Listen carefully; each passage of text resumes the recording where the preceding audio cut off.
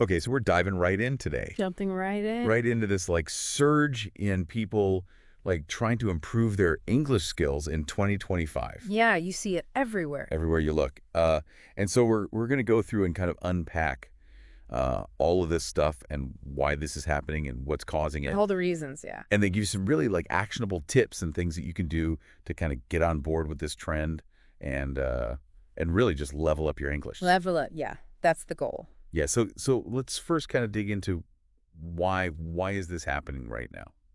Well, it's a good question, and like we were saying, you see it everywhere you look. Yeah, I mean it's like if you look on any social media feed, you're going to see some kind of like English challenge. Oh yeah, those 30-day challenges. Yeah, 30-day challenges, yeah. People posting about their Duolingo streaks all the time. Yeah. Yeah, and then you even see like AI coming in and doing grammar correction In real time, right in the comments. in the comments, yes. It's amazing. It's wild. So it's like this English proficiency has become like a new form of clout.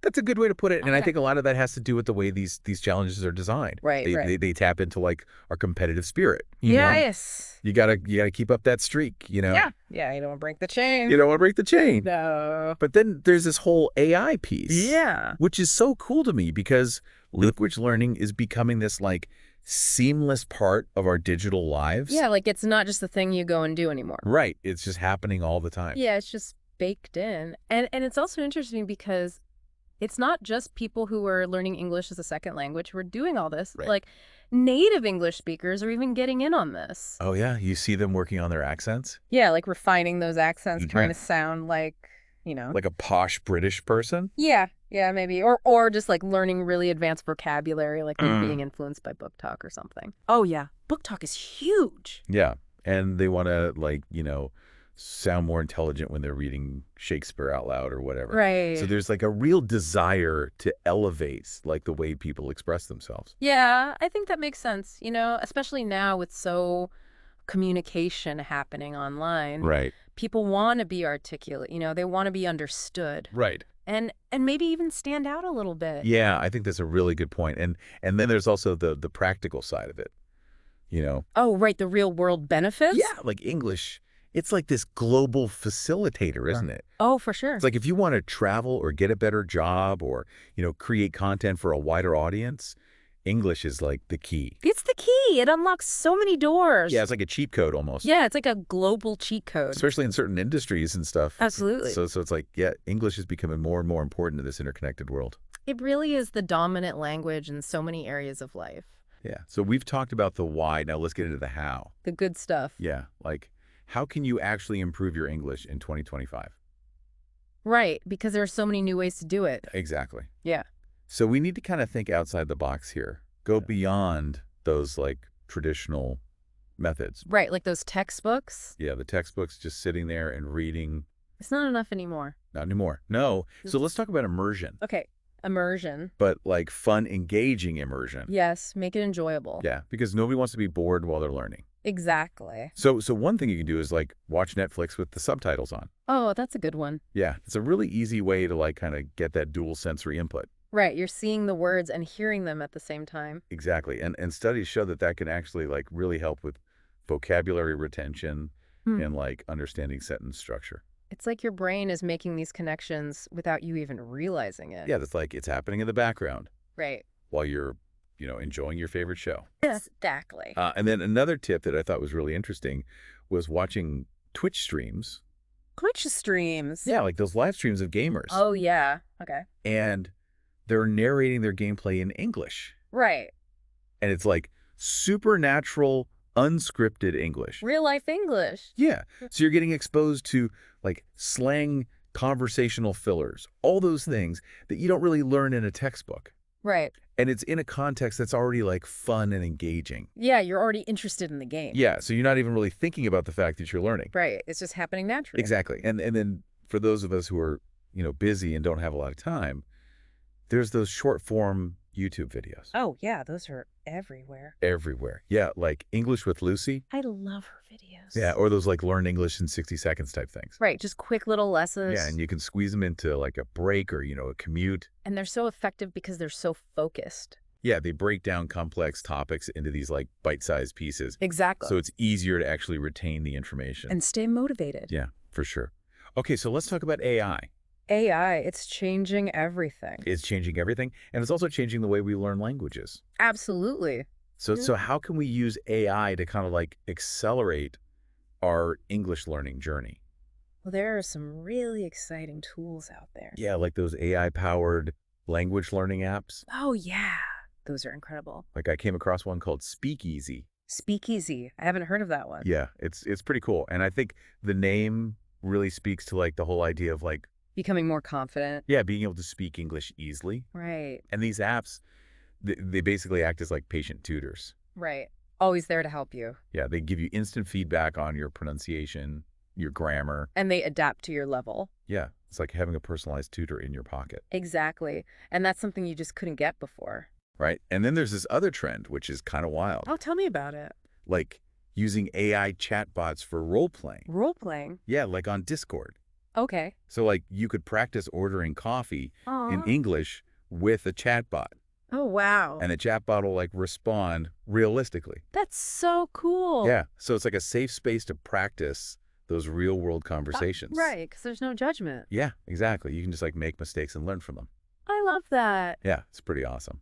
Okay, so moving on, let's talk about social media challenges. Oh, yes. Those are fun. They are fun, but they can also be really effective for language learning. Right. They're not just silly trends. No, they tap into like our human desire for community and competition. And gamification. Yeah, gamification. It's all about making learning fun. Exactly. So we're seeing challenges like talk for 30 seconds about your day in English. Oh, that's a good one. Yeah, or translate this meme. That's creative. Yeah, and they're super easy to participate in. They're shareable. Yeah. And they force you to actually use the language. Right, which is so important. You can't just passively absorb it. You have to produce it. Exactly, and the challenges are usually pretty low pressure. Right. Anyone can participate. Yeah, no matter what your level is. I like the one where you have to describe your pet in 5 adjectives. Oh yeah, that one's great.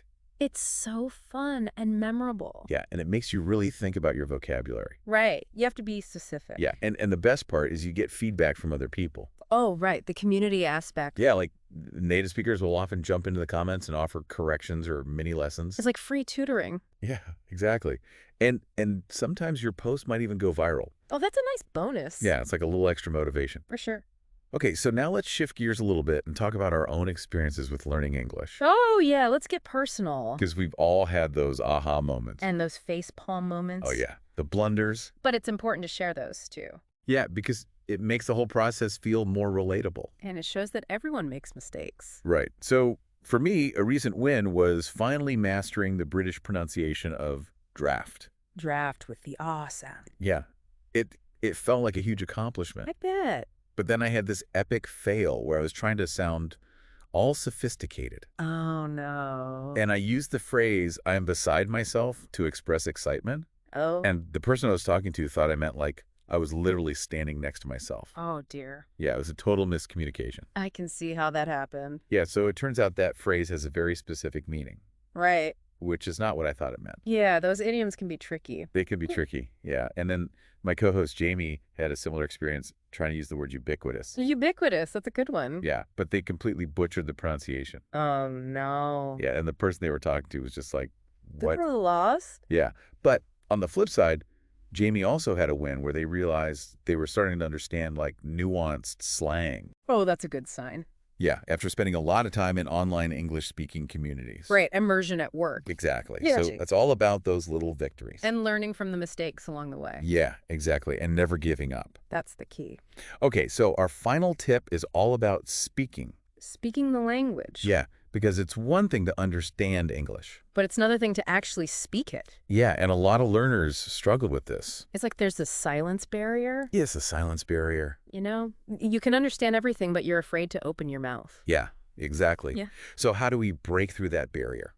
Well, one technique is to just talk to yourself. Talk to yourself. Yeah, like stand in front of the mirror and have a conversation with yourself. Oh, okay. Or narrate your daily activities. Like, what would I say? You could say, I am now brushing my teeth and feeling very refreshed. Okay. Or, I am making a delicious sandwich for lunch. Right. It might sound silly, A little bit. but it gets you comfortable with the sounds of English. And with forming sentences. Exactly, and you don't have to worry about making mistakes in front of anyone. Right, because it's just you. Just you and the mirror. Okay, and then another really popular method is language exchange. Oh yeah, language exchange. Yeah, you find a partner who speaks English, and you agree to spend like 15 minutes speaking in English. And then 15 minutes speaking in their native language. Exactly, so you both get to practice. It's a win-win. Yeah, Yeah. and there are tons of apps that can connect you with language partners. Like Tandem. Yeah, Tandem's a great one. It's amazing how easy it is to connect with people from all over the world. Yeah, it's Oh. really cool. Okay. So let's wrap up this deep dive with a quick recap of the key strategies. All right, so we talked about making immersion fun, Yes. using AI tools, Yes. participating in social media challenges, Yes. and speaking the language out loud. Yes. Those are the big ones. The big ones, yeah. And the main takeaway here is that improving your English is about progress, not perfection. Right. Every little step counts. Exactly. So don't be afraid to make mistakes. Embrace the mistakes. Yeah, they're part of the process. And celebrate the wins. Yes, definitely celebrate those wins. Yeah. Okay, so now we want to hear from you. Yes, tell us about your experiences. What are your favorite ways to learn English? What works for you? Share your tips in the comments below. We'd love to hear from you. And if you're feeling extra creative, you can even record a short video explaining your top tip and tag the show. Oh, yeah, that would be awesome. Yeah, we might even give you a shout out in a future deep dive. We're always looking for new ideas. Exactly. So, Yeah. so our final thought for you today is this: by using all the tools and resources that are available to you, And by engaging with those trends we talked about, and by just putting in the effort, you can achieve amazing things. yeah, you can become fluent in English And unlock all those opportunities. and connect with people from all over the world. And have fun along the way. Yes, exactly. So keep practicing, keep learning. And keep those fluent vibes flowing. Thanks for listening. See you next time.